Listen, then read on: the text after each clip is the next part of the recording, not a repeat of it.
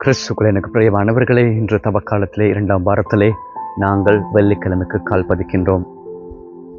அன்பார்ந்தவர்களே, இன்றைய நாளிலே இறைவார்த்தை வாசிக்கின்ற பொழுது உண்மையாகவே அன்றைய சமுதாயத்திலும் சரி, இன்றைய சமுதாயத்திலும் சரி, நாங்கள் ஒரு நாளும் மாறாமல்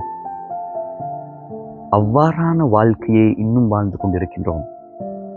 அன்று இஸ்ரேல் மக்களுடைய மகனாகிய யோசேப்பினுடைய வாழ்க்கையை தன்னுடைய சகோதரர்கள் ஒன்றிணைந்து அவரை கொலை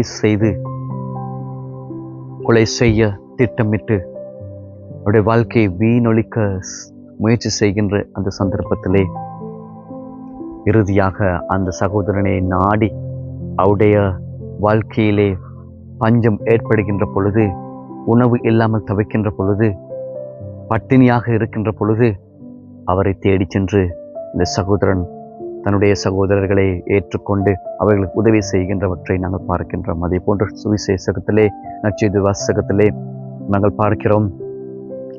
அதாவது ஒரு திராட்சை தோட்ட உரிமையாளர் தோட்டத்தை குத்தகைக்கு விட்டு செல்லுகின்ற பொழுது மீண்டும் வந்து அந்த குத்தகை விட்ட தன்னுடைய பங்கினை கேட்கின்ற பொழுது அவர்கள் அனுப்புகின்ற ஒவ்வொருவரையும் தன்னுடைய மகன் மற்ற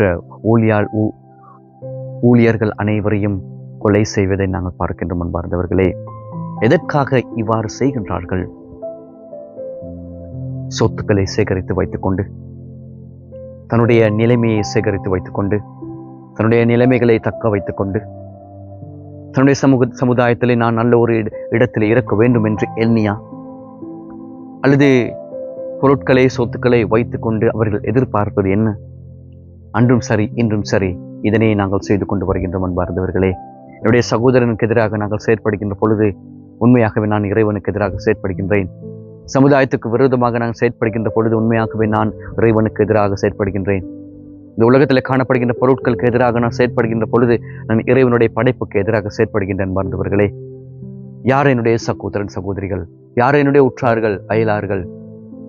யார் என்னுடைய பகைவர்கள்?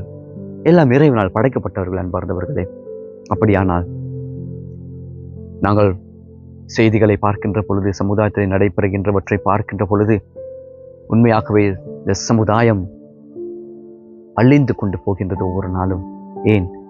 மற்றவர்களுக்கு விரோதமாக செயற்படுகின்ற நாங்கள் உதாரணமாக இருக்க வேண்டும். அன்பார்ந்தவர்களே, மற்றவர்களுக்கு ஒரு உதாரணமான வாழ்க்கையை நாங்கள் கொடுக்க வேண்டும் கத்தோலிக்கர் என்ற ரீதியிலே.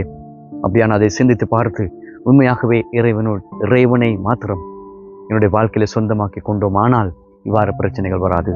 எனவே அந்த வரப்பிரசாதங்களை வேண்டிய நாளிலே நாங்கள் மன்றாடுவோம்.